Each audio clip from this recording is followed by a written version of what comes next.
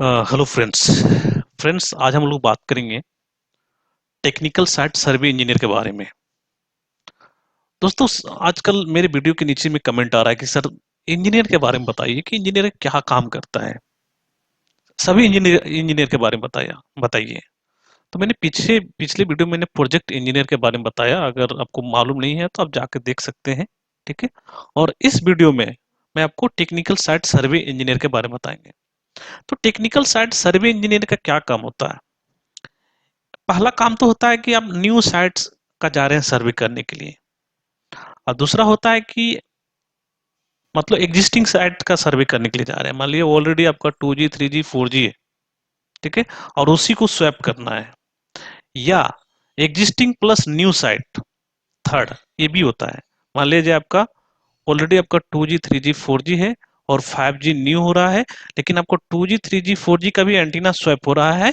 ठीक है। New antenna लग रहा है 4G का और 5G का भी लग रहा है। तो यहाँ पे क्या होगा? मतलब एग्जिस्टिंग भी है और न्यू है। ठीक है। मतलब ये हो रहा है, आपका प्लान यहाँ पे है। तो चलिए हम इसके बारे में हम जानते हैं, पूरा इस वीडियो में जानते हैं। सिर्फ ध्यान से देखिए, और अगर हाँ न्यू है तो मेरे चैनल को सब्सक्राइब कर लीजिए। ठीक है। तो चलिए देखते हैं इस वीडियो को पूरा। दोस्तों, आप अगर टेक्निकल साइट सर्वे इंजीनियर हैं, मैंने एग्जांपल में ये साइट लिया है। अब इस साइट को हम, ये मेरा न्यू साइट है। ठीक है। ये मेरा न्यू साइट है और यहाँ पे मेरा 5G का सर्वे करना है। 5G साइट का सर्वे करना है। तो हम कैसे क्या करेंगे? ठीक है।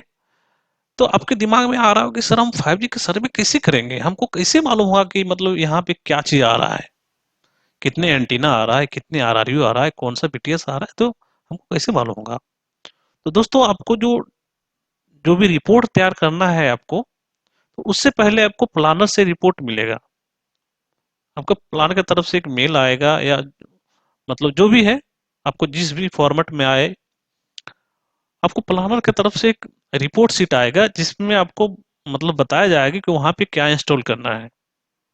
ठीक है। कितने एंटीना रहेगा, मतलब कितने आरआरयू रहेगा, कितने बीटीएस रहेगा।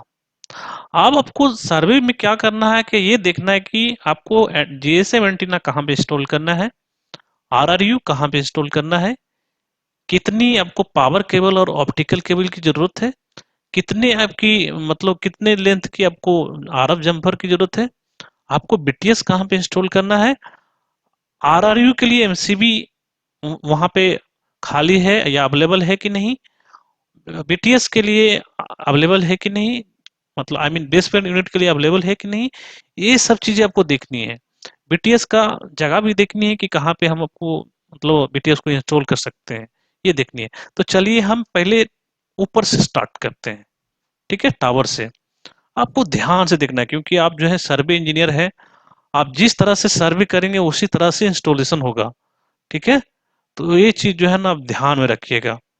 तो पहले तो यहाँ पे आपको देखना है कि कितने सेक्टर है। ठीक है। जैसे आप साइड पे देखे जाएंगे तो आप देखेंगे कितने सेक्टर है यहाँ पे। तो मैं आपको बता देता हूँ, और इस तरह से थोड़ा सा घुमा लेता है तो आपको, अरे रुक जा भाई, नहीं इस तरह से थोड़ा सा आपको देखने में, एक मिनट रुक जाइएगा, मैं आपको अच्छा तरह से दिखाऊंगा। हाँ, आप देखिए, यहाँ से देखने में आपको अच्छा लगेगा।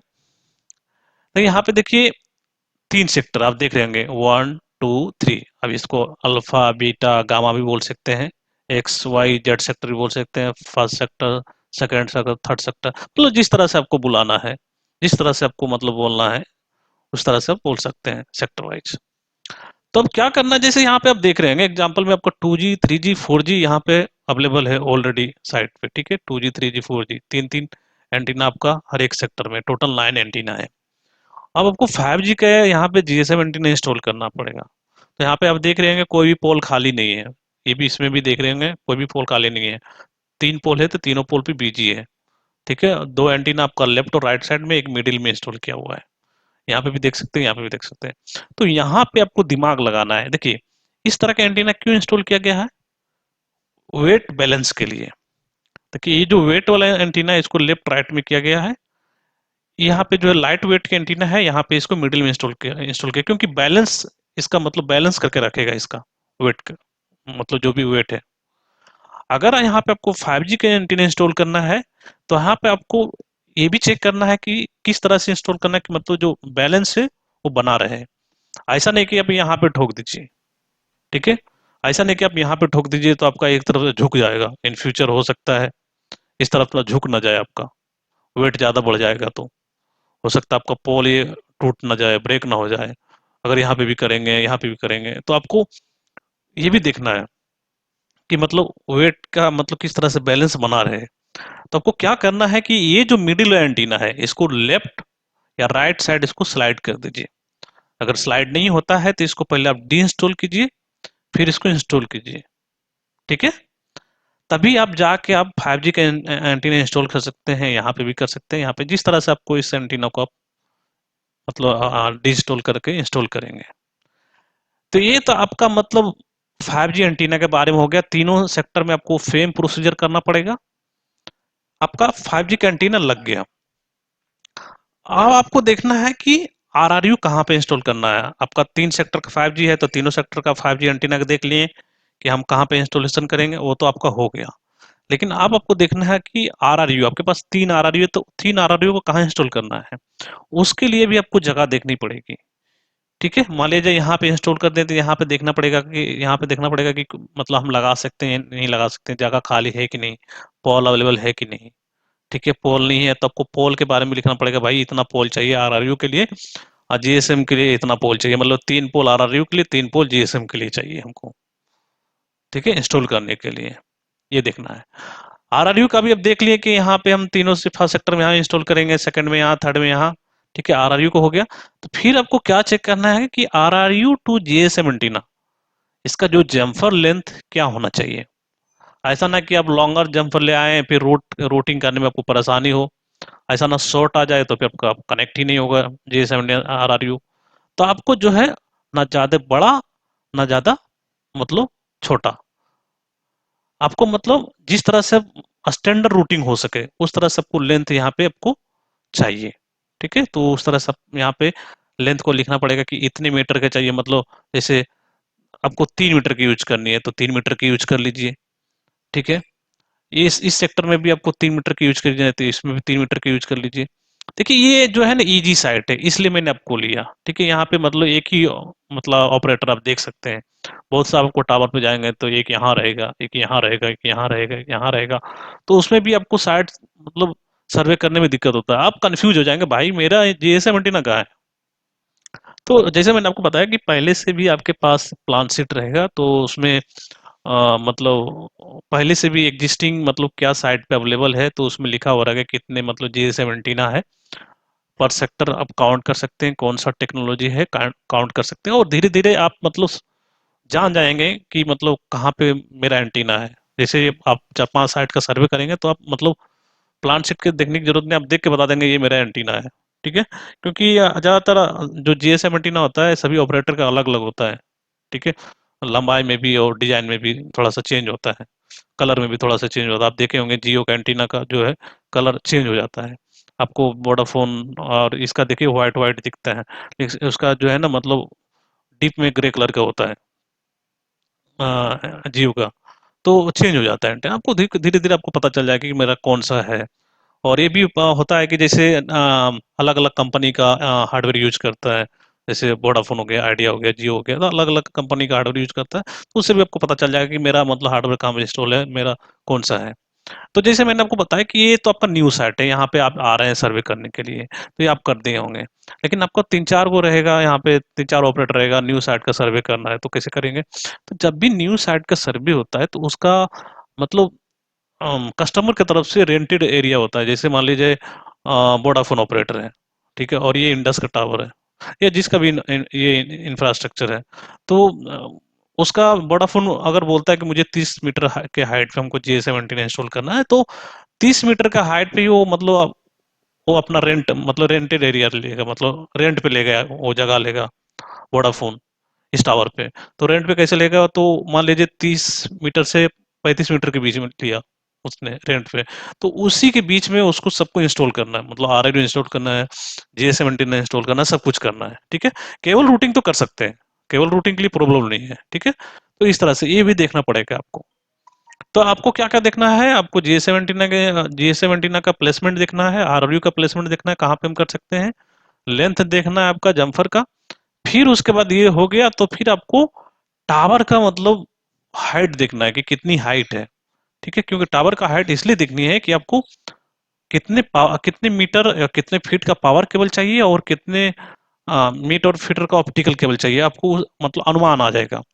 तो मान लीजिए आप यहाँ पे आर यू इंस्टॉल कर रहे हैं तो यहाँ से यहाँ डिस्टेंस देख लीजिए कितना है, फिर नीचे के यहाँ से देख लीजिए कितना है, फिर यहाँ से जब आप बीटीएस में आएगा जहाँ पे आप मतलब पावर ले रहे हैं पावर प्लांट से, या जहाँ पे आप बीटीएस इंस्टॉल कर रहे हैं उसका ऑप्टिकल का मतलब लेंथ देख लीजिए कितना मीटर का मतलब हम चाहिए मुझे ऑप्टिकल केबल और पावर केबल।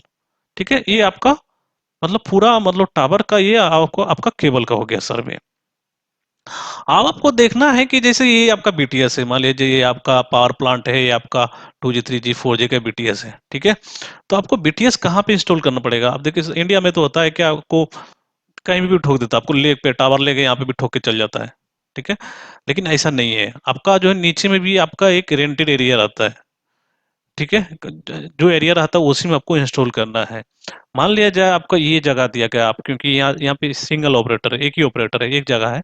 तो मान लीजिए आपके इसके अंदर में जगह खाली है, आप मान लीजिए बेसबैंड है आपके पास या जो भी बीटीएस है, अगर आप इसके अंदर में इंस्टॉल कर सकते हैं तो इसके अंदर इंस्टॉल कीजिए। नहीं तो आपको यहाँ पे देखिए जगह खाली है तो यहाँ पे इंस्टॉल कीजिए, लेकिन इसके लिए आपको फिर जरूरत होगा आपका पोल का जरूरत होगा। ठीक है, यहाँ पे स्टील पाइप की जरूरत होगा, फिर यहाँ पे आपको पोल को इंस्टॉल करना पड़ेगा, उसके ऊपर आप बीटीएस को माउंट कर सकते हैं। ठीक है, तो ये देखना पड़ेगा। फिर अगर बीटीएस को माउंट करने के लिए बीटीएस का आपने जगह देख लिया कि यहाँ पे इंस्टॉलेशन करना है, आपने रिपोर्ट में तैयार कर लिया सब कुछ, तो फिर आपको इसके अंदर में देखना है मतलब यहाँ से और बीटीएस का पहले पावर केबल की लेंथ देखनी, कितनी पावर केबल की मतलब कितनी मीटर के पावर केबल चाहिए। ठीक है, फिर कितने मीटर का पावर केबल चाहिए, फिर आपको मतलब इसमें जो है एमसीबी देखनी है। जैसे 3 आरआरयू हम इंस्टॉल कर रहे हैं टावर पे, तो 3 आरआरयू का एमसीबी देखनी है इसमें और बीटीएस का एमसीबी देखनी है। ठीक है, तो एक आपका बीटीएस होगा, 3 आरआरयू को हो गया, तो टोटल कितना हुआ, 4 एमसीबी देखनी है। तो एज पर मतलब हार्डवेयर स्टैंडर्ड मतलब कौन सा हार्डवेयर इंस्टॉल करने के लिए आ रहे हैं और किस तरह के एमसीबी मतलब उसके लिए चाहिए वो देखनी है इसमें। ठीक है, फिर आपको जो बीटीएस इंस्टॉल कर रहे हैं तो बीटीएस और ट्रांसमिशन अगर आपको E1 देना है, मीडिया केबल कनेक्ट करना है, तो वो भी आपको देखना है कि मतलब क्या मतलब दूरी है।